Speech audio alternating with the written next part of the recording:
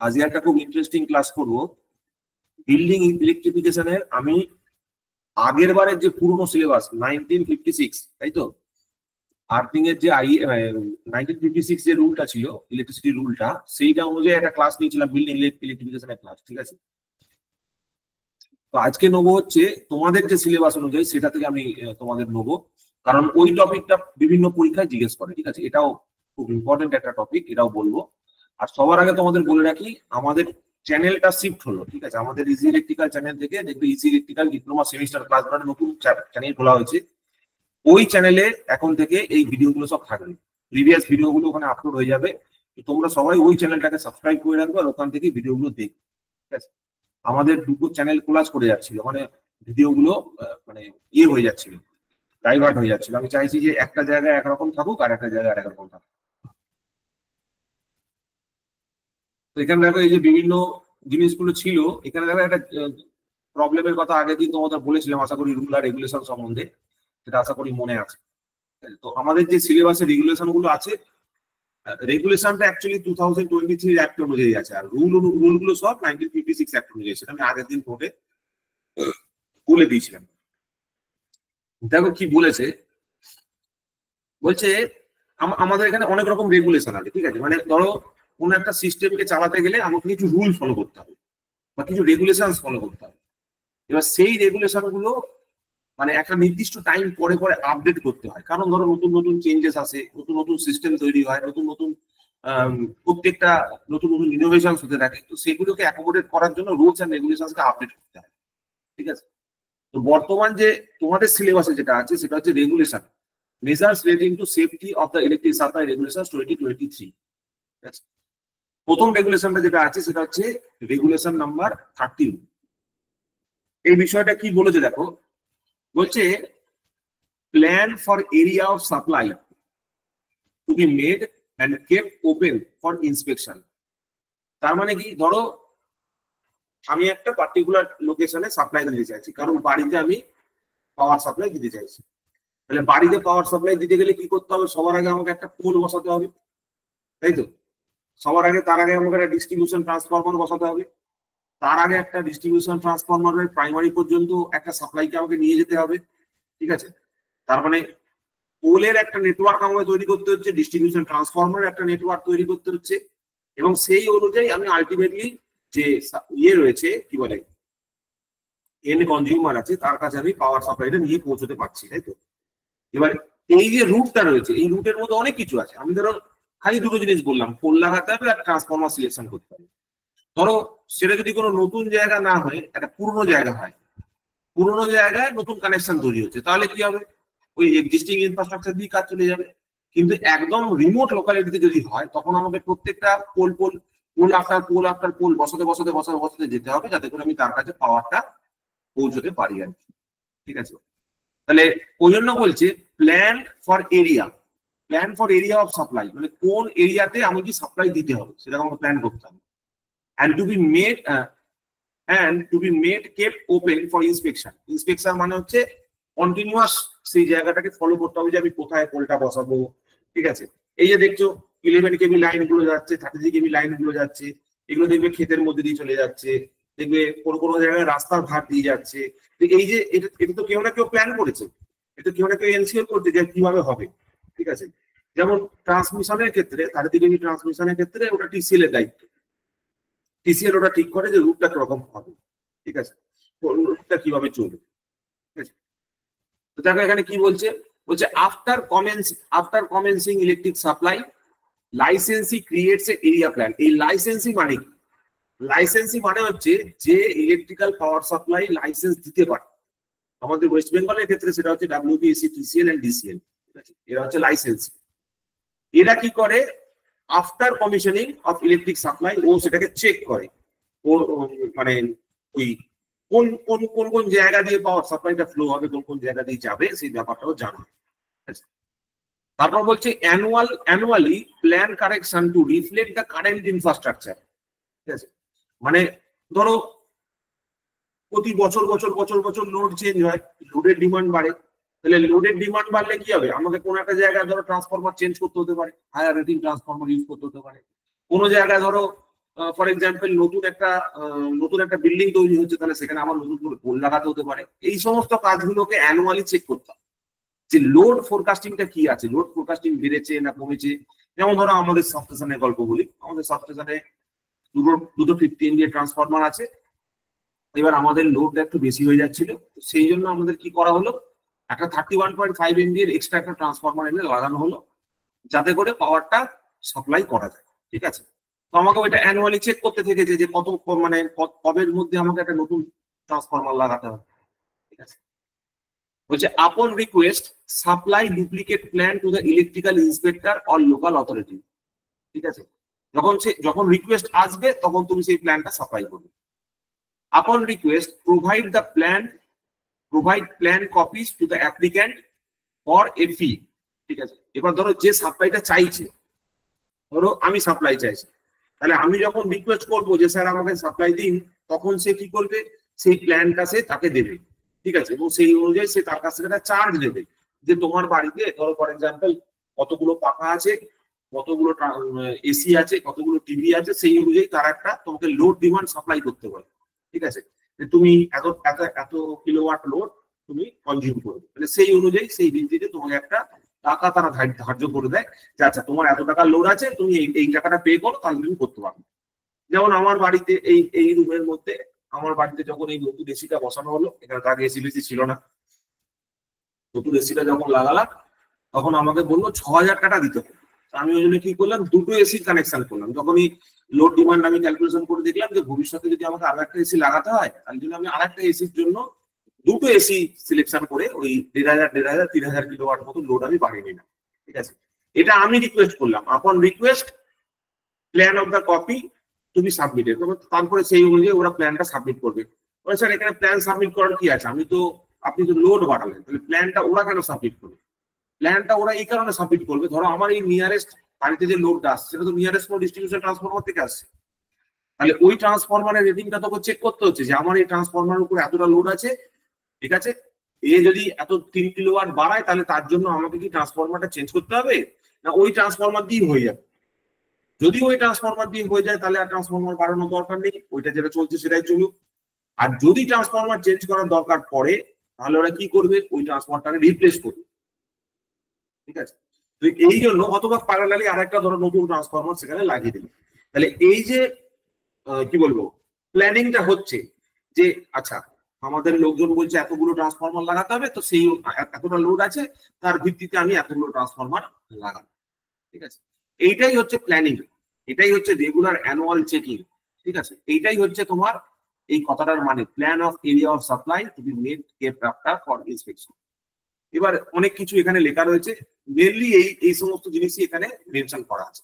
ঠিক আছে, যেমন ধরো কি বলছে, the licensee shall after commencing the supply of electricity forthwith cause a plan to be made in physical form or digital form of the area of supply and shall cause to be marked thereon the alignment and the case of underground works, the approximate depth below the surface of all existing power supply lines, street distribution boxes and other works, and shall once every year cause to plan duly corrected so as to show the electric supply lines. ঠিক আছে, মানে ধরো একটা বছরে যদি সেখানে কোনো load বাড়ে, তাহলে সেই লোড বাড়াতে গেলে কি করতে হবে, আলটিমেটলি তো সেটা বাড়ির সামনে যে ডিস্ট্রিবিউশন বক্স আছে, তোমাদের বাড়িতে সামনে যে পোল আছে সেখানে ডিস্ট্রিবিউশন বক্স আছে, হালকা সবুজ রঙের দেখবে ডিস্ট্রিবিউশন বক্স আছে, তো ওই ডিস্ট্রিবিউশন বক্সে তোমাকে কানেকশন ইনক্রিজ করতে হবে, নাহলে আমি পারবো না, নতুন ডিস্ট্রিবিউশন বক্স বসাতে হবে, সেটা আমাকে অ্যানুয়াল মেজারমেন্ট একটা রাখতে হবে, অ্যানুয়াল একটা চেকিং আমাকে করতে হবে। এই সমস্ত ব্যাপারই বলছে। মেইনটেনিং অ্যাকুরেট সাপ্লাই প্ল্যানস, একটা অ্যাকুরেট প্ল্যান আমার মেইনটেইন করতে হচ্ছে, ইনফ্রাস্ট্রাকচার সম্বন্ধে ভাবতে হচ্ছে, অ্যানুয়াল আপডেশন করতে হচ্ছে, and show the underground works, মানে তার জন্য সে কি কি কাজ করেছে। ঠিক আছে, কি কি কাজ তার পরিপ্রেক্ষিতে হয়েছে। তারপরে বলছে দেখো পাবলিকলি অ্যাভেলেবল ম্যাপস, মানে কোন রিজিয়নে পাওয়ার সাপ্লাই হবে সেই রিজিয়নটা একটা ম্যাপ আমার দরকার পড়ছে, একটা ভার্টিক্যাল স্কেলিং এর দরকার পড়ছে, যাতে করে ভার্টিক্যাল স্কেলিং মানে হচ্ছে টপ টু বটম অ্যাপ্রোচ বা টপ ডাউন অ্যাপ্রোচ, এটা বলা হয়। টপ ডাউন অ্যাপ্রোচ মানে উপর থেকে নিচে, একটা বলে বটম আপ অ্যাপ্রোচ, ঠিক আছে? এটা হচ্ছে bottom up approach. Bottom up approach মানে সব থেকে বটমে কনজিউমার আছে, সেইখান থেকে টপের দিকে পৌঁছচ্ছে, মানে অর্গানাইজেশনের হেডের দিকে পৌঁছচ্ছে, ঠিক আছে? হরিজন্টাল স্কেলিং করতে হয় আর প্ল্যান স্কেল করতে হয়, সেই অনুযায়ী কাজটা হয় আর কি। বলছি every plan section so made or corrected or a copy thereof marked with the date when it is made corrected, মানে যখন চেঞ্জ করতে হবে কোনো কপি, তখন তার ডেটটা সেখানে মেনশন করতে হবে। shall be kept by the licensee at the principal office of the place of business, ঠিক আছে? লাইসেন্সির কাছে এটা জমা রাখতে হবে যে এত টাকা, মানে এতটা লোড নিচ্ছে বা এই চেঞ্জেস গুলো হচ্ছে within the area of supply, and shall at all reasonable times be open to inspection of all applicants, ঠিক আছে? যারা অ্যাপ্লাই করবে তারা কিন্তু যে কোনো সময় গিয়ে সেটাকে চেক করতে পারে যে আমি যে প্ল্যানটা দিয়েছি সেই প্ল্যান অনুযায়ী কাজ হয়েছে কিনা। লাইসেন্সি সেই জিনিসগুলো, সেই ডকুমেন্ট গুলো সব কেপ করে রাখবে নিজের কাছে। অনেক রকম কমপ্লায়েন্স আছে, মানে অনেক কিছু মানতে হবে, যা হোক তার উপরে কাজ করে দিলে হবে না। কি বলছে? বলছে provide copies of the plans to the applicants, যে অ্যাপ্লিকেন্ট গুলো অ্যাপ্লাই করবে তার একটা কপি তাকে ফেরত দিতে হবে। allowing applicants to review the plans, প্ল্যানটাকে রিভিউ করার জন্য দিতে হবে। ensuring plans are available for inspection and copies are provided, ঠিক আছে? অ্যাক্সেসিবল করতে হবে, রেকর্ড কিপিং করতে হবে, আর প্ল্যান ক্রিয়েশন সেই অনুযায়ী মানে যে কারেকশনটা নিচ্ছে তার সঙ্গে ইয়ে করে কি বলে কথা বলে সেটাকে মডিফাই করতে হবে ইফ নিডেড। যদি নতুন প্ল্যান হয় তার জন্য একরকম ম্যাপিং করতে হয়, ওল্ড প্ল্যান হলে আলাদা ম্যাপিং করতে হয়। জিপিএস ম্যাপিং সিস্টেম থাকে, ঠিক আছে? পজিশনিং সিস্টেমের থ্রু দিয়ে করা হয়। কিছু কিছু ক্ষেত্রে লেটেস্ট টেকনোলজি ইউজ করা হয়। হ্যাঁ বলো। স্যার এটা কাকে বলতে হবে, মানে ইলেকট্রিসিটি বোর্ডকে? আমাদের মতো ভাবতে হবে না, এগুলো সব আমাদের কাজ। যখন নতুন প্ল্যানিং হবে সেই অনুযায়ী এগুলো হয় আর কি। তোমরা খালি, তুমি যদি কনজিউমার হিসেবে ভাবো, তোমার খালি কাজ কোম্পানি অফিসে গিয়ে বলা যে স্যার আমাদের কানেকশনটা দিয়ে দিন। এবার কানেকশনের পর তুমি যে লোডটা চাইবে সেই লোডের ফর্মটা তোমায় ফিল আপ করে জমা দিতে হবে। এবার তুমি যখন লোডটা ফিল আপ করে জমা দিচ্ছ সেই অনুযায়ী তারা তোমাকে সাপ্লাই দিয়ে যাচ্ছে। এবার ভাবো কোন একটা ইন্ডাস্ট্রির কথা, তার একটা আলাদা পাওয়ার রিকোয়ারমেন্ট আছে, ঠিক আছে? তার আলাদা রুটিং আছে, ঠিক আছে? কোথায় কোথায় সাপ্লাই আসবে, কতটা সাপ্লাই আসবে, কতগুলো ট্রান্সফরমার লাগাবে, কি করবে না করবে, এগুলো নিয়ে ডিসকাশন। এটা অ্যাজ এ ডোমেস্টিক কনজিউমার অতটা আমার জানা দরকার, অতটা আমার না করলেও। এখানে জাস্ট আমি ডায়াগ্রামের থ্রু দিয়ে একটু দেখিয়ে রেখেছি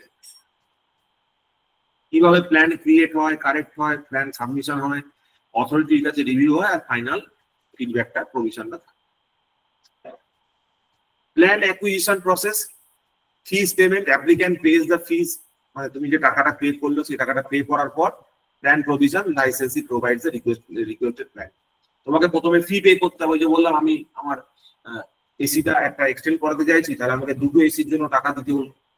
দুটো এসির জন্য টাকা দিতে হলে তারপর সেই প্ল্যানের যে প্রভিশনটা আছে সেটা আমাকে ডিসিএল বললো যে ঠিক আছে, আমি আপনাকে ডিসিএল বললো যে আমি আপনাকে পাওয়ার সাপ্লাই দিয়ে দেবো, আপনাকে আর কোনো চিন্তা করতে হবে না, বাকি কাজটা ওরা ব্যাক এন্ডে ওটা করে আর কি। রুল নাম্বার 14 কি বলছে দেখো, রুল নাম্বার 14 বলছে, এটা প্রথমে হলো রুল নাম্বার 13, ঠিক আছে?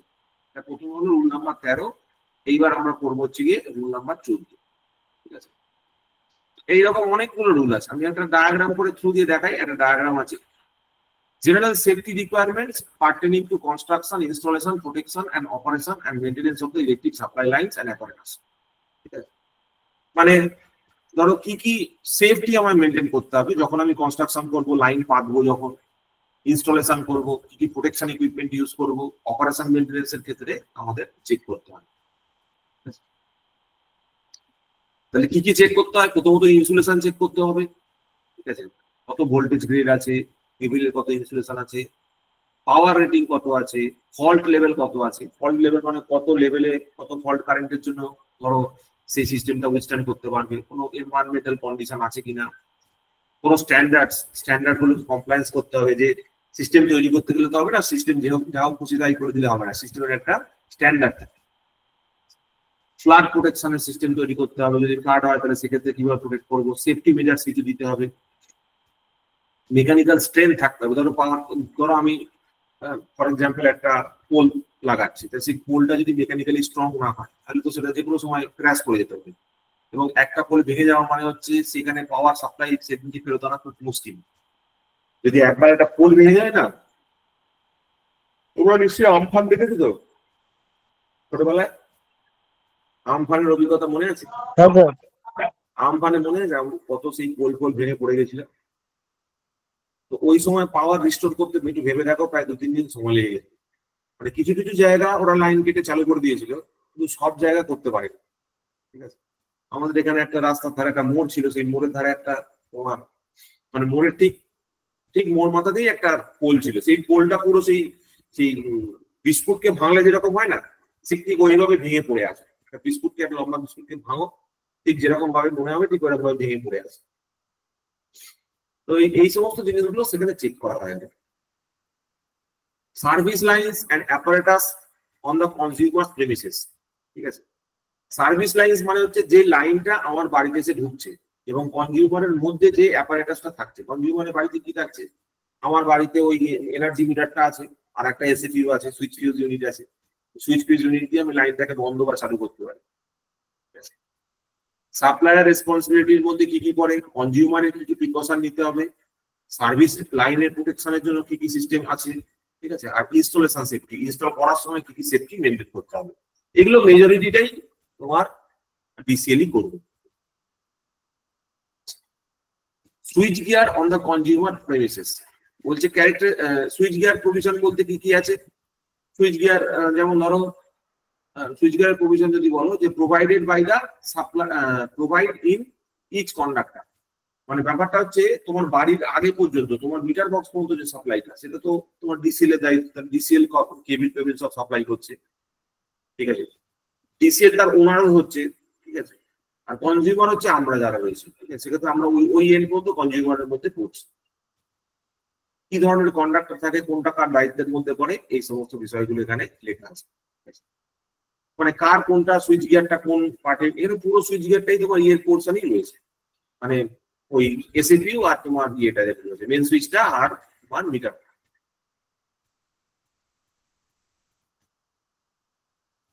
Identification of the earth and earth neutral conductors and position of the switches and switch gears therein.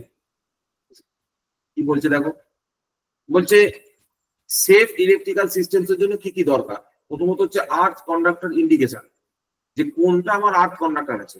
সেটা তুমি আইদার ব্ল্যাক কালার ইউজ করো অথবা গ্রিন কালার ইউজ করো, তোমাকে ওরা মেনশন করে দেবে যে এটা এই কালারটা তোমার আর্থ কন্ডাক্টর হিসেবে ইউজ করা হচ্ছে। কোনটা নিউট্রাল কন্ডাক্টর সেটা ইন্ডিকেট করতে হবে, ঠিক আছে। কানেকশন পয়েন্ট ইন্ডিকেশন, কোনটা কানেকশন পয়েন্ট সেটাকে তোমাকে মেনশন করতে হবে। কোথায় মানে ওই যে এনার্জি মিটারের মধ্যে বা ওই সুইচ ফিউজ ইউনিট থেকে যেটা বেরোচ্ছে আর কি, সেটা তোমায় মেনশন করে দিতে হচ্ছে কোনটা। এখানে অ্যাকচুয়ালি থ্রি ফেজ কনজিউমারও আছে, সিঙ্গেল ফেজ কনজিউমারও রয়েছে। No cut outs or switches, prohibits cut outs or switches in earth conductor. Earth কন্ডাক্টরে কোনো রকম সুইচ লাগানো যাবে না। Testing links allows, testing links allows testing links for maintenance purposes. যদি মেইনটেনেন্স করতে হয় তাহলে সেখানে টেস্টিং লিংক দরকার হবে। Generator transformer switches, permit switches for generators and transformers. Testing লিংকটা কি জিনিস? টেস্টিং লিংক করে লাইন আছে কিনা, লাইন আছে কিনা চেক করতে হবে। লাইন আসছে কিনা, লাইন আসছে সেটা কি করে চেক করবে? তার জন্য টেস্টিং এর জন্য কিছু সিস্টেম লাগবে, ঠিক আছে। আমরা যেটা টেস্টার দিয়ে করি, টেস্টার দিয়ে কি করি, লাইন আছে কিনা চেক করি না, ওটা টেস্টিং লিংক। ওই টেস্ট করার জন্য একটা লিঙ্ক থাকে, আলাদা করে একটা পয়েন্ট রাখতে হবে যে লাইনটা আদৌ আসছে কিনা।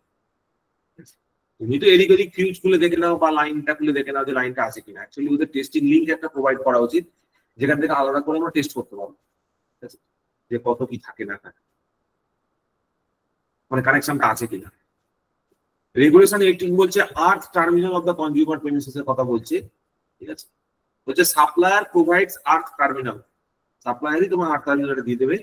কনজিউমার্স ইনস্টলস অ্যাডিশনাল আর্থিং, তুমি তোমার বাড়িতে আলাদা করে আর্থিং প্রোভাইড করতে হবে তোমার। Interlinking of the earthing systems, মানে যেখানে তুমি ওই সিস্টেম আর্থিং সঙ্গে মানে যেটা সাপ্লায়ার দিচ্ছে সেই আর্থিং এর সঙ্গে তোমার যে বাড়ির আর্থিংটা সেটা কানেকশন করছে, ঠিক আছে। Consumers protects the terminal, the consumers ensure the earth terminal is protected from damage. Consumer চেষ্টা করছে, কনজিউমার এই দায়িত্বটা নিচ্ছে যে তাকে কনজিউমার এন্ডে যে আর্থিংটা হচ্ছে সেটা তাকে প্রোটেকশন প্রোভাইড করতে হবে, ঠিক আছে। ওই জন্য দেখবে বাড়িতে আর্থিং করাটা কিন্তু ম্যান্ডেটরি। অনেকে আর্থিং করে না, কিন্তু বাড়িতে আর্থিং করাটা ম্যান্ডেটরি। বাড়িতে ওই একটা মাটি ইয়ে দিয়ে তোমার রড পুঁতে দিয়ে, ঠিক আছে, যে নর্মাল হোমের জন্য আর্থিং, বাড়িতে আর্থিং কিন্তু অবশ্যই করবে, অনেক জায়গায় করে না। বাট এই রুলটা বলছে কিন্তু যে তোমার বাড়িতে আর্থিং থাকতে হবে, কনজিউমার প্রেমিসিসে আর্থিং টার্মিনাল রাখতে হবে, ঠিক আছে। আমাকে কি মনে রাখতে হবে বলতো পরীক্ষার খাতা? আমাদের পরীক্ষার খাতায় এটা মনে রাখতে হবে যে রেগুলেশন নাম্বার 18 কি আছে। রেগুলেশন নাম্বার 18 আছে হচ্ছে আর terminal on the consumer premise. Consumer প্রেমিসে আর্থের টার্মিনালের কথা বলছে রেগুলেশন নাম্বার 18। এই জিনিসটা আমার মনে রাখতে হবে। রেগুলেশন নাম্বার 30 বলছে display of instruction for রেজারাকশন of the person suffering from electric shock. ধরো কেউ ইলেকট্রিক শক পেয়েছে, তাহলে সেখান থেকে তাকে কি করে রেজারাক্ট করা যাবে, মানে রিকভার করা যাবে, তাকে ফিরিয়ে আনা যাবে, ঠিক আছে। বলছে ল্যাঙ্গুয়েজ অফ ইনস্ট্রাকশন, মানে ওই সেই ডেঞ্জারের যে সাইনটা ব্যবহার করা হয় না, যে ইলেকট্রিক্যাল ডেঞ্জার, ডেঞ্জার প্লেট যেটাকে আমরা বলি। আমার ডেঞ্জার প্লেট ড্র করেছো তো সব ড্রয়িং করার সময়?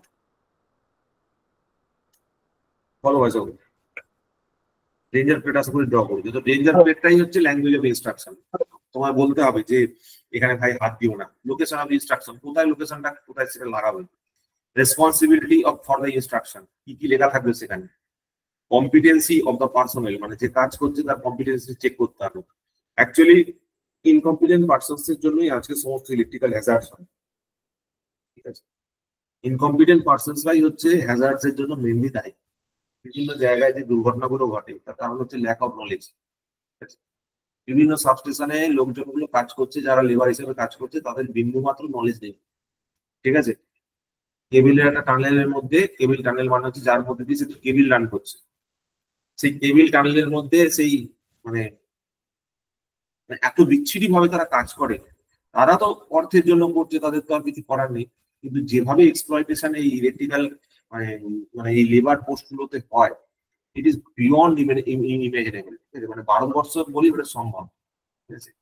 যা চোখে দেখছি তার জন্য আমার নিজেরই খুব খারাপ লাগছে, ঠিক আছে, যে আমরা কোন দেশে থাকি আর কিভাবে কোন সিস্টেমটাকে আমি মেনটেন করি।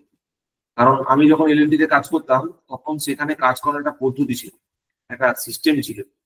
বাট খারাপ লাগছে, বলতেই খারাপ লাগছে। তো গভর্নমেন্টের সেই সিস্টেমটা নেই, সিস্টেমই সেখানে নেই এখন। রেগুলেশন নাম্বার 31 বলছে precautions to be adopted by the consumers owners. কি কি প্রিকশন নিতে হবে? Occupiers, electrical contractors, electrical workmen's and supplier, সবাইকে কিন্তু প্রিকশনস নিতে হবে কাজ করার আগে। কি কি বলছে? আনলাইসেন্সড ইলেকট্রিক্যাল ওয়ার্ক করা যাবে না, লাইসেন্সড কন্ট্রাক্টরকে দিয়ে কাজ করাতে হবে, সুপারভাইজ ইনস্টলেশন হতে হবে, মানে একটা সুপারভাইজার থাকতে হবে, মানে একটা ইয়ে থাকতে হবে, কি বলে, একজন ডিপ্লোমা ইঞ্জিনিয়ার থাকতে হবে। Government approval, obtain necessary permissions and exemptions, legal electrical work, সেটা মানে লিগাল কিনা, ঠিক আছে, আর যে সেফ কমপ্লায়েন্স, এই সমস্ত জিনিসগুলো কিন্তু মানতে হবে। যেমন আমাদের এখানে সব থেকে বাজে কন্ডিশন কিছু জানো তো, ফায়ার অ্যান্ড সেফটি নর্মসের, ঠিক আছে। এই যে কিছুদিন আগে যে আগুনটা লাগলো, বিটিএ বুরুজে যে আগুনটা লেগেছে, অনেকে অনেক কিছু নিয়ে পলিটিক্স করছে, কিন্তু আলটিমেটলি কি হয়েছে? Fire system, fire fighting system complete failure. Fire fighting system has completely failed. আমি জানি না কিভাবে আমাদের এখানে ওই আন্ডারগ্রাউন্ড গ্যাস পাইপ লাইনে সাপ্লাই করবে, but I am really petrified. কারণ এই সমস্ত লোকজন যেভাবে কাজ করে সেইভাবে যদি গ্যাসের পাইপ লাইন বসানো হয়, তাহলে ওই প্রত্যেকটা মাসে মাসে কি বলে, প্রত্যেকটা বছর বছর নতুন নতুন করে তোমার রাস্তা খোঁড়া হয়, আর ওই পাইপ মানে জলের পাইপ লাইন বসাচ্ছে, আবার রাস্তা বানালো, আবার তোমার ইয়ে করছে। তো কোনো আন্ডারগ্রাউন্ডের রুট ম্যাপ নেই, ঠিক আছে, বা মানে চাহক করে ফেলে দিয়ে চলে যাচ্ছে কেবিল গুলো। Very poor condition, very poor condition. তোমার বাড়ির সামনে যে কাজগুলো হয়, ইলেকট্রিক্যালের যে কাজগুলো হয়, তোমরা জানবে যে ওরা যে কাজটা করছে, ফর এক্সাম্পল কেবিল লেইং, ঠিক আছে, যদি কেউ কেবিল লেইং এর কাজ করে তাহলে কেবিল লেইং এর আইএস আছে, আইএস ইন্ডিয়ান স্ট্যান্ডার্ড আছে। ওরা আইএস কি আইএস এর বাবাকেও মানে কাউকেই মানে না, ঠিক আছে। একটা কেবিল করতে গেলে ধরো একটা তুমি যদি কেবিল ধরো একটা ফেলতে চাও, তাহলে কেবিল ফেলতে গেলে সবার আগে সেখানে একটা ট্রেঞ্চ কাটতে হবে, এরকম একটা ট্রেঞ্চ কাটতে হবে, ঠিক আছে। ট্রেঞ্চ কাটার পর এর তলায় বালি দিয়ে ওটাকে সিজনিং করতে হয়, তারপরে এইখানে একটা কেবিল এরকম ভাবে বসাতে হয়, ঠিক আছে। তার উপর একটা প্রপার ঢাকনা দিতে হয়, এবং সেই ঢাকনার উপরে 200 মিটার অন্তর অন্তর একটা করে মার্কিং ছাড়তে হয়, ঠিক আছে, যে এই তলা দিয়ে কেবিল গেছে, এই তলা দিয়ে ইয়ে গেছে, অমুক গেছে, ঠিক আছে। আর এই যে কেবিলটা ভেতরে থাকে, এই কেবিলটাকেও কিন্তু তোমাকে একটা পিরিয়ডিক মেইনটেনেন্স করতে হয়, পিরিয়ডিক চেকিং করতে হয়, যে ওখানে জল ফল ঢুকে গেছে কিনা, ঠিক আছে। এইগুলো সব প্রাইভেট অর্গানাইজেশনে হয়, যেমন টাটা, আমরা টাটার কাজ করতাম, টাটাতে এই সমস্ত সিস্টেম খুব মেনটেন হয়, ঠিক আছে। যেটা এলএনটি কাজ করে সেখানে সব এগুলো সব মেনটেন করে হয়, সেখানে কেউ ছাড়বে না কিন্তু, সবাই তখন সেখানে মানে কেসটা কি হয়ে যায়, ধরো কোনো দুর্ঘটনার কারণে যদি টাটার কোনো এমপ্লয়ি মারা যায়, ঠিক আছে, তখন কিন্তু ওই হিউম্যান রাইটস চেপে ধরে, প্রাইভেট অর্গানাইজেশন কাজ করতে হচ্ছে চেপে ধরছে। কিন্তু গভর্নমেন্টের কাজের সমস্ত গাফিলতির আর শেষ নেই, সেখানে গভর্নমেন্ট কাকে চেপে ধরবে? গভর্নমেন্ট কিন্তু নিজেকে চেপে ধরতে পারবে না। যেমন এই যে বিভিন্ন যে কেসগুলো হয়েছে, এই যে তোমার আমাদের এসএলএসটির যে কেসটা হয়েছে, তারপর প্রাইমারি টিচার্স এর যে কেসটা হয়েছে, ঠিক আছে, গভর্নমেন্ট তো নিজেই সাথে পড়ে গেছে, নিজে কাকে চেপে ধরবে? তাহলে চেপে ধরার কেউ লোক নেই, কিন্তু নিজেই কন্ডাক্ট করেছে, নিজেই ঘাবলা করেছে। তো এই হচ্ছে ব্যাপার আর কি। এইগুলো খুব কঠিন ব্যাপার। যেখানে ট্রেঞ্চ কাটার দরকার সেখানে কি করছে জানো, জাস্ট একটা গর্ত করছে, গর্ত করে কেবিলটা ফেলে দিচ্ছে, দিয়ে পাত দিয়ে তোমার ইয়েটা চাপিয়ে দিচ্ছে, মাটি চাপা দিয়ে দিচ্ছে, দিয়ে তার উপর দিয়ে রাস্তা হয়ে যাচ্ছে। কোনো মানে বাপমা বলে কিন্তু নেই আর, কোনো কাজের কোনো সিস্টেম নেই, কোনো কাজের কোনো সিস্টেম নেই, দেখতেও খারাপ লাগে। তাহলে প্রথমে এখানে যে টপিকটা বলছে রেগুলেশন 38 বলছে provisions for the supply and use of electricity in multi storage building কিরকম হবে, from more than 15 metres of height. যদি 15 মিটারের বেশি হাইট হয়ে থাকে তাহলে সেক্ষেত্রে আমাকে কি কি মানতে হবে? ইন্সপেক্টরকে প্রথমে নোটিফাই করতে হবে। ইনস্টল আইসোলেটিং ডিভাইস মানে এমসিবি হতে পারে, আরসিসিবি হতে পারে। মেনটেন ইনস্টলেশন মেনটেন্যান্সের কাজ করতে হবে। ইউজ ফায়ার রিটার্ডেন্ট কেবলস, মানে আগুন যাতে না লাগে সেই জন্য একটা স্পেশাল টাইপের কেবল, এফআরএলএস কেবল, ফায়ার রিটার্ডেন্ট লো স্মোক কেবল ইউজ করতে হবে। ইমপ্লিমেন্ট বাসবার সিস্টেম, বাসবার তৈরি করতে হবে। মানে তোমার ধরো একটা 15 মিটার হাইট একটা ধরো 4 স্টোরেজ বিল্ডিং আছে, সেক্ষেত্রে তোমার গ্রাউন্ড ফ্লোরে কি করতে হবে? গ্রাউন্ড ফ্লোরে একটা ডিবি বসাতে হবে, ডিস্ট্রিবিউশন বোর্ড, এবং সেই ডিস্ট্রিবিউশন বোর্ড থেকে প্রত্যেকটা ফ্লোরে ফ্লোরে আলাদা করে ডিবি সিস্টেম তৈরি করতে হবে, ঠিক আছে। প্রত্যেকটা ফ্লোরে ফ্লোরে আলাদা করে ডিস্ট্রিবিউশন বোর্ড সিস্টেম করতে হবে। তাহলে এই যে তলায় যে ডিস্ট্রিবিউশন বোর্ডটা ছিল সেখানে বাসবার থাকবে, এখানেও বাসবার দিতে হবে, এইখানেও বাসবার দিতে হবে, ঠিক আছে। এবং সেই বাসবার থেকে আলটিমেটলি কানেকশন গুলো প্রত্যেকটা ফ্লোরে ফ্লোরে চলে যাবে। Provide lighting protection, lighting arrester লাগাতে হবে। ভেরিফাই ওয়ারিং চেক করতে হবে, আমার কারেন্ট রেটিং এর রেসপেক্টে ওয়ারিংটা ঠিক আছে। ইনস্টল মিটার সেফলি, মিটারটাকে সেফলি বসাতে হচ্ছে। So these are all the purposes, এগুলি সব এখানে লেখা আছে, একবার পড়ে দেখবে। রেগুলেশন নাম্বার 42 বলছে টেস্টিং দ্য ইনসুলেশন রেজিস্ট্যান্স কি করে তুমি চেক করবে। ডিসকানেক্ট দ্য সাপ্লাই লাইন, প্রথমে সাপ্লাই লাইনটা ডিসকানেক্ট করতে হবে। Perform the insulation test, verify the test রেজাল্টটাকে তুমি ফলো করো, চেক করো, আর রিকানেক্ট দ্য সাপ্লাই, তারপর সাপ্লাইটা রিকানেকশন করো। ইনসুলেশন রেজিস্ট্যান্স মানে কি? ইনসুলেশন রেজিস্ট্যান্স মানে হচ্ছে ধরো তোমার একটা কেবিল আছে, ঠিক আছে, কেবিলের উপরে কি থাকে? ইনসুলেশন থাকে। এবার তুমি ইনসুলেশন রেজিস্ট্যান্স মানে হচ্ছে যে তুমি চেক করছো এই কেবিলে একটা পয়েন্ট কানেকশন করা আছে তোমার ইনসুলেশন টেস্টার বা মেগারে, আর একটা পয়েন্ট গ্রাউন্ড করা আছে, এইখানে ধরো মেগারটা লাগানো আছে এরকম ভাবে, ঠিক আছে। এবার তুমি যখন মেগারটা কানেকশন করেছো, এই ইনসুলেশনটা ধরো গ্রাউন্ড করা নেই, ইনসুলেশনটা তো ইনসুলেটেড, কোনোভাবে লিকেজ নেই। তাহলে তুমি এখানে যখন মেগারটা ঘোরালে তখন যদি এখানে মেগা ওহমের রেজাল্ট আসে তাহলে আমাকে বুঝতে হবে যে ইনসুলেশনটা পারফেক্ট আছে। যদি রেজাল্টটা 0 চলে আসে তাহলে বুঝতে হবে এই ইনসুলেশনটা ব্রেকডাউন হয়ে গেছে, ইনসুলেশনটা নেই, ইনসুলেশনটা ব্রেকডাউন হয়ে গেছে, কোনোভাবে সেখানে লিকেজের জন্য সেটা ডাইরেক্টলি গ্রাউন্ডেড হয়ে গেছে। তো এইভাবে আমাকে কিন্তু চেক করতে হবে, ফলো রাখতে হবে। আরেকটা করা যেতে পারে, তুমি এই ইনসুলেশনের সঙ্গে এই কেবিলটাকেও এই দুটো পয়েন্টকেও তুমি সাপ্লাইয়ের সাথে কানেকশন করতে পারো, মিটারের সাথে কানেকশন করতে পারো। একটা সাপ্লাই আছে, একটা সাপ্লাই নেই, ঠিক আছে। তাহলে যেখানে সাপ্লাই আছে, যেখানে সাপ্লাই নেই, তাদের মধ্যে তুমি যদি মিটারে চেক করো তাহলে কি পাবে? 0 রেজিস্ট্যান্স পাবে, মানে ইনফাইনাইট রেজিস্ট্যান্স পাবে, এদের মধ্যে কোনো কানেকশন নেই, ঠিক আছে। তো ওই জন্য 3টে কানেকশন পয়েন্ট থাকে, একটা কন্ডাক্টরের সাথে থাকে, একটা তোমার ইনসুলেশনের সাথে থাকে, একটা তোমার আর্থিং এর সাথেও থাকে। তোমরা একবার ওই মেগারের টেস্টিং এর যে প্রসেসটা আছে সেটা একবার করবে, তাহলে বুঝতে পারো ভালো।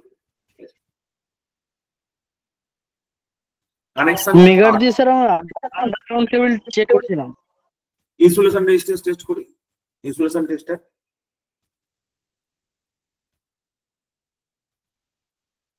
কানেকশন অফ আর্থ, দেখো নিউট্রাল কন্ডাক্টরকে আর্থিং করতে হয়, ডিসি সিস্টেম আর্থ করতে হয়, জেনারেটর মোটর আর্থ করতে হয়, তারপর আর্থিং সিস্টেমকে টেস্টিং এর জন্য পয়েন্ট ছাড়তে হয়, মেটাল কেসিং আর্থিং করা হয়, ইকুইপোটেনশিয়াল বন্ডিং ইউজ করা হয়, আর কনসেন্ট্রিক কেবল আর্থিং করতে হয়। মানে যত রকম আর্থিং এর প্রসেস আছে, কি কি পদ্ধতিতে আর্থকে কানেকশন করা হয় সেই পদ্ধতিটার কথা এখানে লেখা হচ্ছে। একটা কথা জানতে হবে, এটা বলে পেন কন্ডাক্টর, ঠিক আছে? ঠিক আছে, ওই phase protective protective PEN conductor, PEN conductor, protective equipment আমরা দেখছি। একটা কন্ডাক্টর আছে যেটা বলে পেন কন্ডাক্টর। পেন কন্ডাক্টরটা তোমার কানেকশনের কাজ করে, something called as PEN conductor.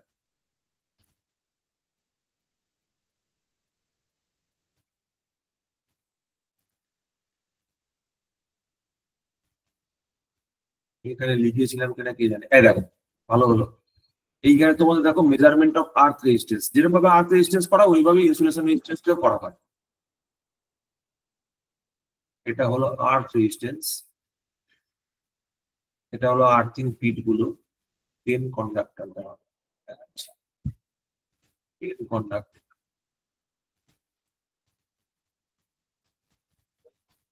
এই যে পিই মার্কিং থাকে, প্রোটেক্টিভ কন্ডাক্টর, পেন কন্ডাক্টরটা এখানে আছে।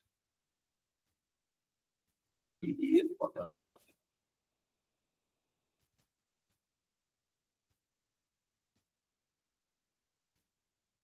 এই conductor is combining the functions of both protective conductor আর নিউট্রাল কন্ডাক্টর, সেটা বলে পেন কন্ডাক্টর। এটা ওই নিউট্রালের কাজও করে, ঠিক আছে, নিউট্রাল কন্ডাক্টর হিসেবে কাজ করে, আবার প্রোটেক্টিভ পারপাসেও কাজে লাগে, প্রোটেকশনের পারপাসেও কাজে লাগে। পেন কন্ডাক্টরটাকে ইউজ করা। পেন কন্ডাক্টর যে ছবিতে দেখানো আছে, এখানে ছবিতে দেওয়া আছে, ওই টিএনটিটি আইটি সিস্টেমের মধ্যে লেখা আছে, পেন কন্ডাক্টরটা লেখা আছে। এই যে প্রোটেক্টিভ প্রোটেক্টিভ প্রোটেক্টিভ, আর এটা হচ্ছে তোমার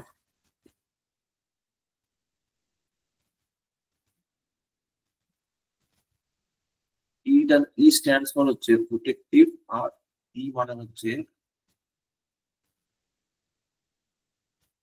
মানে হচ্ছে তোমার প্রোটেক্টিভ কন্ডাক্টর, ঠিক আছে? এই ইটা মানে হচ্ছে প্রোটেক্টিভ কন্ডাক্টর, টিই মানে হচ্ছে প্রোটেক্টিভ কন্ডাক্টর, ঠিক আছে, বা প্রোটেক্টিভ আর্থ কন্ডাক্টর এইভাবে ভাবতে পারো। পিই মানে হচ্ছে প্রোটেক্টিভ আর্থ কন্ডাক্টর, ঠিক আছে, আর এন মানে হচ্ছে নিউট্রাল কন্ডাক্টর। এই যে পিইটা দেখো রয়েছে, এই পিই কানেকশন রয়েছে, এটা হচ্ছে প্রোটেক্টিভ আর্থ, আর নিউট্রালটা হচ্ছে আলাদা আছে। আর ওখানে যেটা বলা হচ্ছে সেটা একসাথে একটা কেবলের কথা বলা হচ্ছে, যার মধ্যে প্রোটেক্টিভ আর্থ আর নিউট্রালটা একসাথে আছে। মানে স্যার আর্থিং আর নিউট্রাল একটাই কন্ডাক্টর থাকবে? হ্যাঁ, এই দেখো এই কানেকশন দেখো, ইন্ডিয়ান টিএনসি সিস্টেম, এটা হচ্ছে আর্থিং এর একটা সেপারেট মেথড।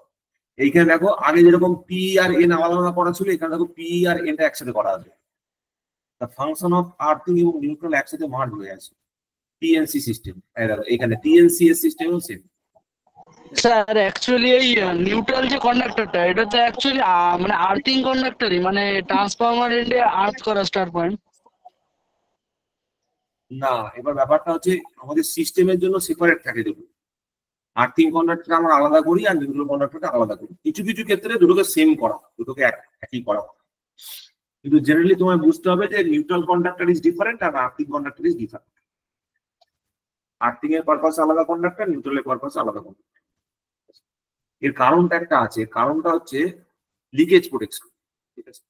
ধরো এই বিল্ডিং এ কোনো লিকেজ হচ্ছে, তাহলে আমি লিকেজে হাত দিলে তো সব খাবো, সেই লিকেজটা প্রোটেকশন করার জন্য আমাকে ইউজ করতে আরসিসিবি।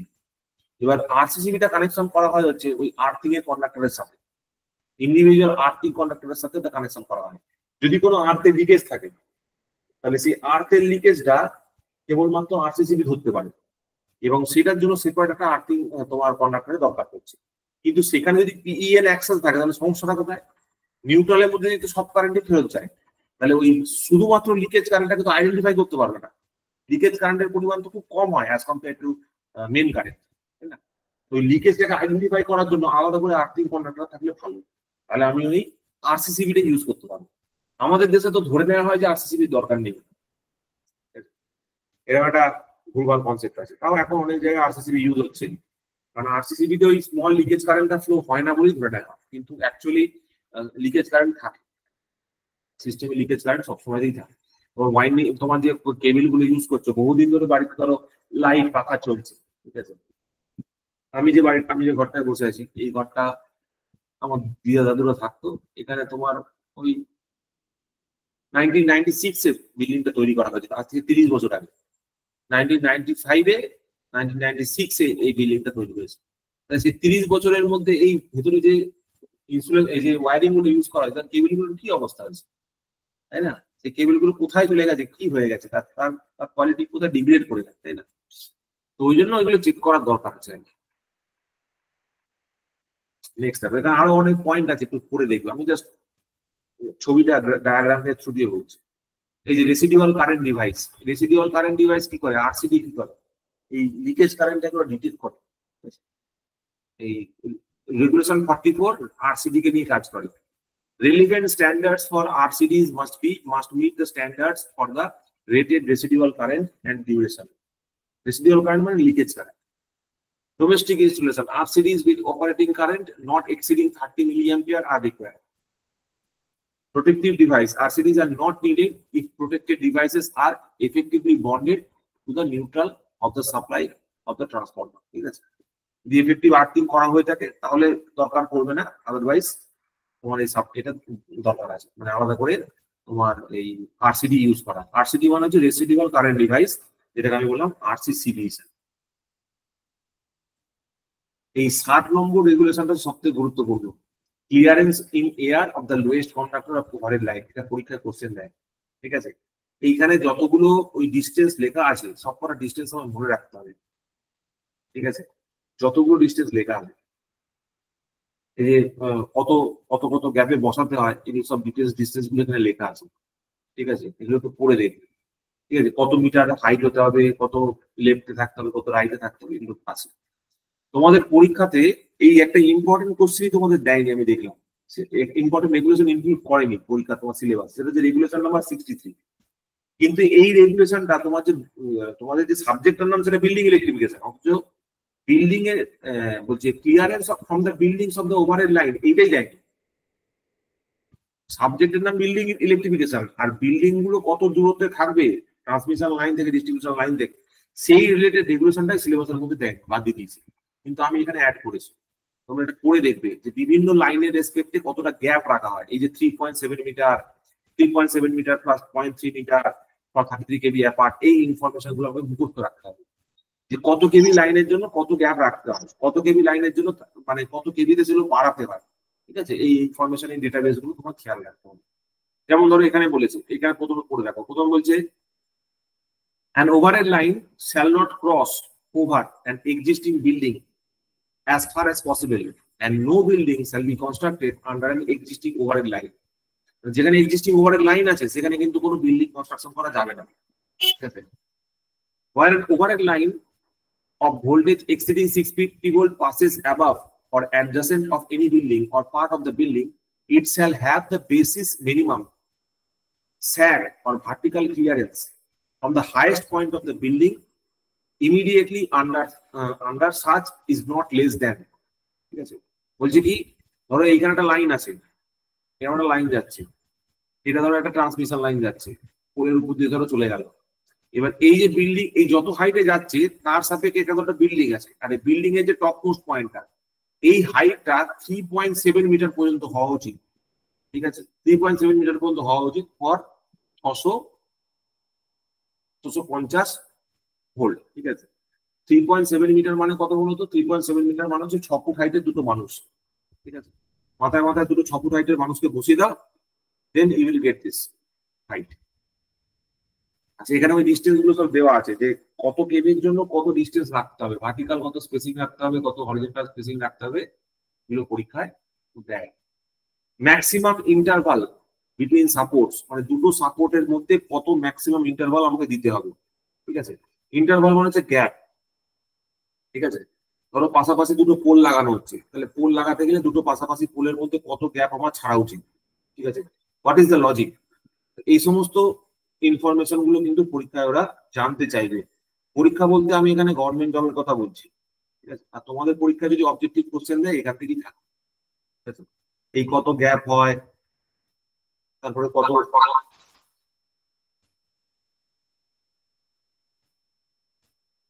কত গ্যাপ থাকে, হরিজন্টাল স্পেসিং কত, ভার্টিক্যাল স্পেসিং কত, এগুলো থাকে।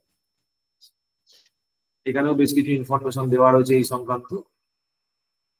ম্যাক্সিমাম ইন্টারভাল বিটুইন সাপোর্টস, তাহলে এখানে কি বলছে, all the conductors shall be attached to supports at intervals not exceeding the safe limits on based on the ultimate tensile strength of the conductor, যেটা under regulation 59 এ রয়েছে। Provided that in the case of overhead lines carrying conductors of voltage not exceeding 650 volt when laid over across any street, ঠিক আছে, without the consent of writing of electrical inspector exceed 65 meter, so 65 meter, minimum 65 meter একটা gap রাখতে হবে। এখানে consent নেওয়ার ব্যাপার আছে, safety factor আছে, অনেক কিছু আছে, যে একটা পোস্টের সঙ্গে আরেকটা পোস্টের কত গ্যাপ থাকবে সেই নিয়ে। Line crossing or approaching one another, ধরো রাস্তার উপর দিয়ে লাইন যাচ্ছে, সেই রাস্তার উপর দিয়ে লাইন গেলে মাঠ থেকে কত ক্লিয়ারেন্স থাকতে হবে, পাশাপাশি কত ক্লিয়ারেন্স থাকতে হবে, রোড ক্লিয়ারেন্স হলে কত থাকতে হবে, এই সংক্রান্ত এই ডেটাবেস গুলো আছে। এই ডেটা পয়েন্টটা আমাকে পরীক্ষায় জিজ্ঞেস করে, এগুলো কিন্তু গভর্নমেন্ট জবের পরীক্ষায় জিজ্ঞেস করে, জানো তো। বললো 11 কেবিতে 11 কেবি হলে মিনিমাম ক্লিয়ারেন্স কত হবে, 765 কেবিতে কত হবে, 132 কেবিতে কত হবে, এইগুলো সব দেয়, ঠিক আছে। কারণ দুটো পাশাপাশি লাইনের রেসপেক্টে দেয়। ডিসি লাইন হলে কি হবে, এসি লাইন হলে কি হবে, সেই অনুযায়ী আবার আলাদা স্পেসিং আছে। এগুলো কিছু কিছু ইনফরমেশন ডেটাবেস ওরিয়েন্টেড ইনফরমেশন।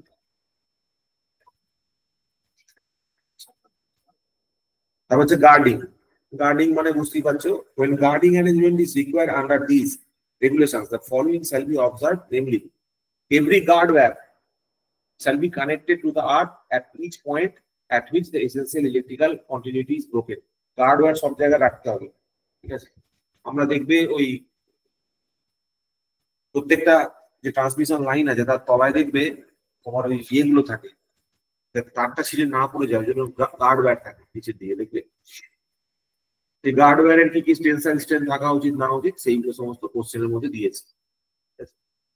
কত গ্যাপ ছাড়া উচিত সেই সমস্ত বিভিন্ন ধরনের ডায়াগ্রাম করে করে আমি সেগুলো দেখিয়েছি, ঠিক আছে। এগুলো সব দেওয়া আছে, কত কোন ডায়াগ্রামে কত হবে, কত মিনিমাম স্পেসিং থাকবে না থাকবে, এগুলো একবার পড়ে দেখবে। আর্থিং হচ্ছে সব থেকে গুরুত্বপূর্ণ। আমাদের যতগুলো টপিক আমরা পড়েছি তার মধ্যে রেগুলেশন 74 হচ্ছে most important, one of the most important. কোথায় কি ধরনের আর্থিং ইউজ করবো, কোথায় কি ধরনের মেটেরিয়াল ইউজ করা হবে, কি টাইপের আর্থিং কোথায় প্রেফারেবল, সেগুলো পরীক্ষার পারপাসে জিজ্ঞেস করবে।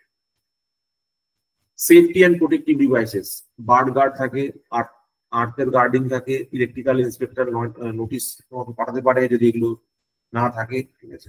ইলেকট্রিক্যাল ইন্সপেক্টরের কাজ হচ্ছে সবকিছু চেক করা সঠিকভাবে। আমাদের টিসিএল এ যে কাজটা হয় খুব ভালো হয়, সেটা হচ্ছে ইন্সপেকশন কাজটা, এবং অডিটিং কাজটা খুব সিনসিয়ারলি করা হয়। ইলেকট্রিক্যাল যে আমাদের ইন্টারনাল অডিটটা হয়, এই অডিট কাজটা খুব ভালোভাবে করা হয়, যার জন্য দেখবে টিসিএল তোমার স্টেটের মধ্যে সব থেকে, মানে ভারতবর্ষের মধ্যে সব থেকে হাইয়েস্ট রেটেড, ঠিক আছে, সব থেকে বেশি তোমার অ্যাওয়ার্ড পেয়েছে, এবছর পেয়েছে দেখবে TCL award, receiving award from central authority TCL কে অ্যাওয়ার্ড দিচ্ছে। প্রোটেকশন এগেইনস্ট লাইটনিং, লাইটনিং থেকে কিভাবে প্রোটেকশন পাওয়া যেতে পারে, divert the surges, short circuiting the earthing lead, তারপর তোমাদের ওখানে হর্ন গ্যাপ অ্যারেস্টার আছে, লাইটিং অ্যারেস্টার আছে, ওইগুলো অ্যাক্টিভেট হচ্ছে। অ্যাভয়েড মেটাল কন্ট্যাক্টকে অ্যাভয়েড করতে হবে, আর কানেক্ট দ্য আর্থ ইলেকট্রোডকে কানেক্ট রাখতে হবে। লাইটিং এর জন্য প্রোটেকশনের যে পয়েন্ট গুলো আছে সেগুলো সেখানে লেখা আছে। আমাদের যে এইখানে যে পয়েন্ট গুলো লেখা আছে তোমরা এটুকু খালি মনে রাখবে যে কোন রেগুলেশনটা কোন পারপাসে। যেমন 77 হচ্ছে আর্থ লাইটিং, ঠিক আছে, তোমরা ছোট করে একটা সাইডে নোট করে রাখবে, যে ধরো রেগুলেশন নাম্বারটা লিখলে পাশে একটা ছোট করে লিখে রাখলে এটা লাইটিং, ঠিক আছে, দিয়ে লাইটিংটা এখানে যেটুকু লেখা আছে সেটা করে নিলে, আর এই যে ডায়াগ্রামটা আছে ডায়াগ্রামটা ড্র করে দেবে, তাহলেই তোমার সেই নোটটা কমপ্লিট হয়ে যাবে। তোমাদের পরীক্ষায় এরকম দিয়ে দেবে, বলবে যে লাইটিং রিলেটেড যে রেগুলেশনটা আছে সেটা সম্বন্ধে তুমি যা জানো লেখো, ঠিক আছে, এইভাবে শর্ট নোট দেবে। এটাই তোমাদের কোশ্চেন, ঠিক আছে। জেনারেলি আর্থিং থেকে দেয়, লাইটনিং থেকে দেয়, আমাদের কনজিউমার প্রেমিসেস থেকে দেয়, ওই 14 নম্বরটা দেয়, ঠিক আছে, এগুলো সব ইম্পর্টেন্ট টপিকের মধ্যে পড়ে। কিন্তু তোমাদের পরীক্ষায় যখন দেবে তখন রেগুলেশন বলে দেবে না, তখন দেবে হচ্ছে আবার রুল বলে। যদি রুল বলে দেয় তাহলে আগের দিনের ক্লাসের পিডিএফটা দেখবে, আর যদি রেগুলেশন বলে দেয় তাহলে আজকের ক্লাসের পিডিএফটা দেখবে। ঠিক আছে, এইটা হচ্ছে দুটোর মধ্যে ডিফারেন্স। তো ওই জন্য এটা একটা এক্সট্রা ক্লাস আমি এর পারপাসে নিলাম। তো এই পর্যন্ত রাখলাম। থ্যাংক ইউ সকলকে ক্লাসটা দেখার জন্য। একটু বোরিং মনে হতে পারে, হ্যাঁ একটু বোরিং মনে হতে পারে, বাট তোমরা একটু ধৈর্য ধরে এটা পড়বে। খুব সুন্দর করে আমি দেখবে একটা একটা করে পয়েন্ট লিখে দিয়েছি, ডায়াগ্রাম করা আছে। তোমরা খাতায় নিজের মতো করে একটা ছোট করে নোট লিখবে, প্রত্যেকটা যে পয়েন্ট আছে, ঠিক আছে, প্রত্যেকটা পয়েন্টে নিজের ভাষায় একটা ছোট নোট লিখবে। ওই ছোট নোটটা নিজের নিজের মতো করে লিখবে। তুমি এখানে পড়ে যা বুঝলে, এখানে যা লেখা আছে সেই ভিত্তিতে তুমি যা বুঝলে সেটাকে তুমি নিজের ভাষায় একটা লাইনে লিখবে। এখানে এক্স্যাক্টলি যা লেখা আছে তোমাকে কেউ লিখতে বলবে না, তোমার খালি তোমার আন্ডারস্ট্যান্ডিংটা। ফর এক্সাম্পল ধরো এখানে বলেছে লাইটনিংটার জন্য, ঠিক আছে, দেখো কি বলা আছে। The owner of every overhead line, that is TCL, substation and generating stations, substation গুলো টিসিএল এর আন্ডারে আছে, জেনারেটিং স্টেশন গুলো পিডিসিএল এর আন্ডারে আছে, which is exposed for lighting shall adopt means as per the relevant standards। সেখানে কি করতে হবে, যেখানে যেখানে লাইটনিং হতে পারে সেটাকে আটকানোর জন্য রেলিভেন্ট স্ট্যান্ডার্ড অনুযায়ী সিস্টেম তৈরি করতে হবে। যেমন কি আর্থিং স্ক্রিন, মানে সাবস্টেশনের মাথায় আর্থিং স্ক্রিন দেওয়া থাকে। তারপরে lightning arrester before every transformer, ঠিক আছে, এইগুলো, ঠিক আছে, এইগুলো অ্যাডপ্ট করতে হবে। Diverting the electrical surges to earth due to the lightning which may result into injuries. তার মানে প্রথম পয়েন্ট হচ্ছে লাইটনিং প্রোটেকশনের জন্য 77 নম্বর রেগুলেশনে আমাকে কি করতে হবে, সিস্টেম তৈরি করতে হবে বা সিস্টেম ইমপ্লিমেন্ট করতে হবে যাতে করে লাইটনিং থেকে প্রোটেকশন দেওয়া যায়। এই প্রোটেকশনটা প্রোভাইড করবে কে, ডিসিএল এবং টিসিএল অথবা পিডিসিএল। পিডিসিএল আর টিসিএল করবে, কারণ ডিসিএল এর হাতে আছে, ডিসিএল ও করবে। ডিসিএল এর হাতে আছে, ডিসিএল এর হাতে লাইন গুলো আছে, সেগুলো যেখানে যেখানে ন্যাকেট কন্ডাক্টর আছে তার উপরে দেখবে একটা করে আর্থিং কন্ডাক্টর নিয়ে যাবে, ঠিক আছে।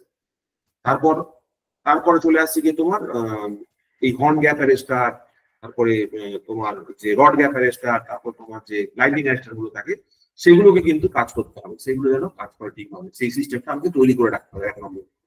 2 নম্বর হচ্ছে earthing lead for any lighting arrester shall be as short as possible, যতটা ছোট করা যায় তত ভালো।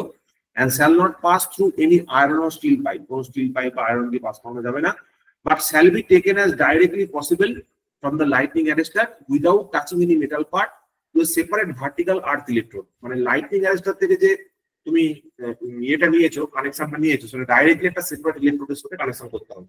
ওইটাকে আমরা বলে থাকি লাইটনিং পিট। লাইটনিং পিটটা সেপারেট থাকে আর্থ পিটের থেকে। লাইটনিং পিট সব জায়গায় আলাদা আলাদা থাকে, আর আর্থ পিটটা সব জায়গায় আলাদা আলাদা থাকে, ঠিক আছে।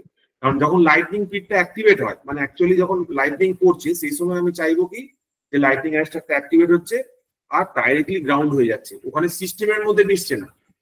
তুমি ভাবো যদি এখন লাইটনিং পিট আর আর্থিং পিট সেম হয়ে যায় তাহলে কি হবে?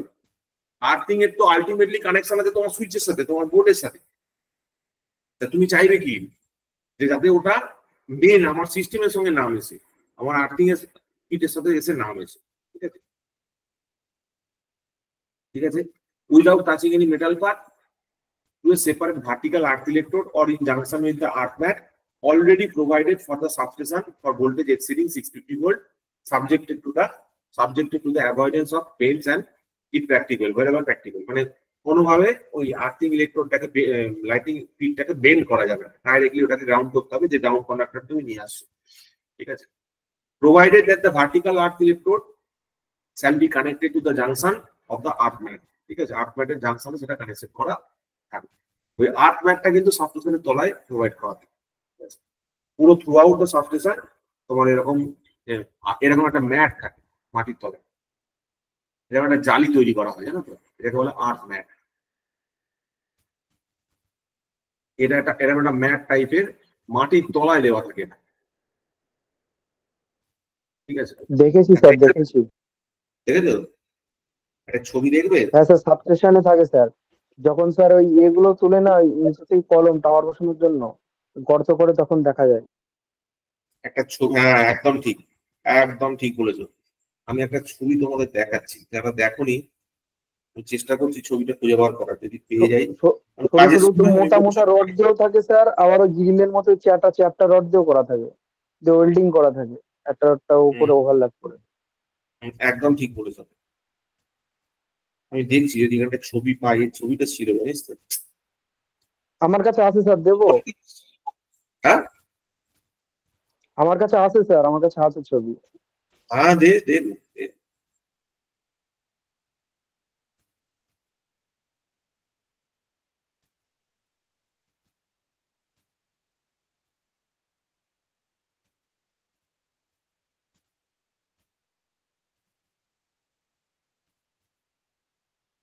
হোয়াটসঅ্যাপে সেন্ড কর, দেখছি।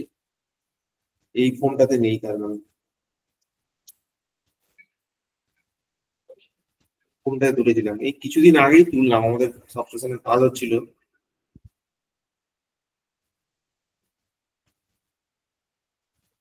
একটু সময় দাও, একটু চেক করি।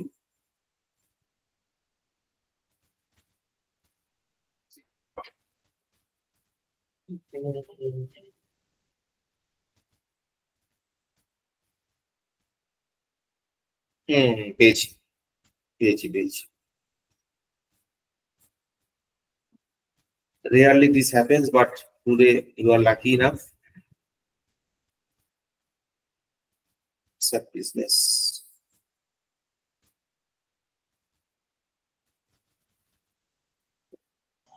স্যার আমাদের এই গ্রুপটাতে দিয়ে দেন। তো দিয়েছিস? দাঁড়া।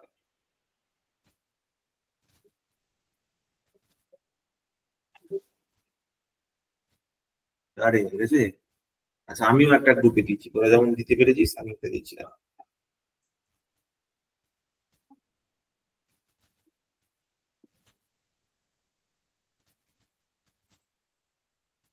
আমার ছবিটা দেখ, আমার ছবিটা দেখলে একটু ক্লিয়ার হয়ে যাবে।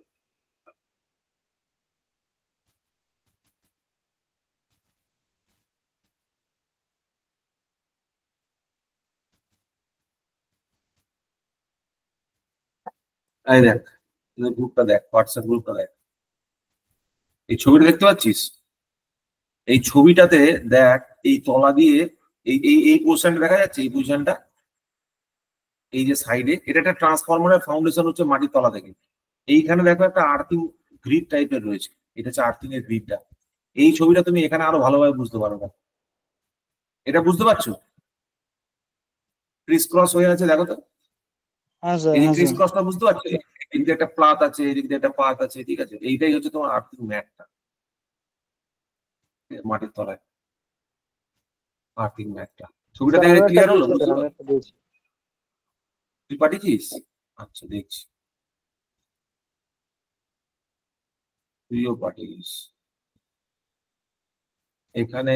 হ্যাঁ, এইটাই এইটাই এইটাই এক্স্যাক্টলি, এইটাই একদম ঠিক, একদম ঠিক। ঠিক আছে, এই ছবিটা আর্থিং ম্যাটের ছবি। তোমরা এটা পড়বে একবার, ঠিক আছে? নোটটা একবার ভালো করে পড়বে, পড়ে নিজের ভাষায় একটা নোট রেডি করে রাখবে, নিজের ভাষায় করবে সব সময়, ঠিক আছে? আমি তো একটা লিখে দিয়েছি, তোমরাও নিজের ভাষায় একটা লিখবে। এই পর্যন্ত রাখলাম। থ্যাংক ইউ সকলকে। বাই তাহলে।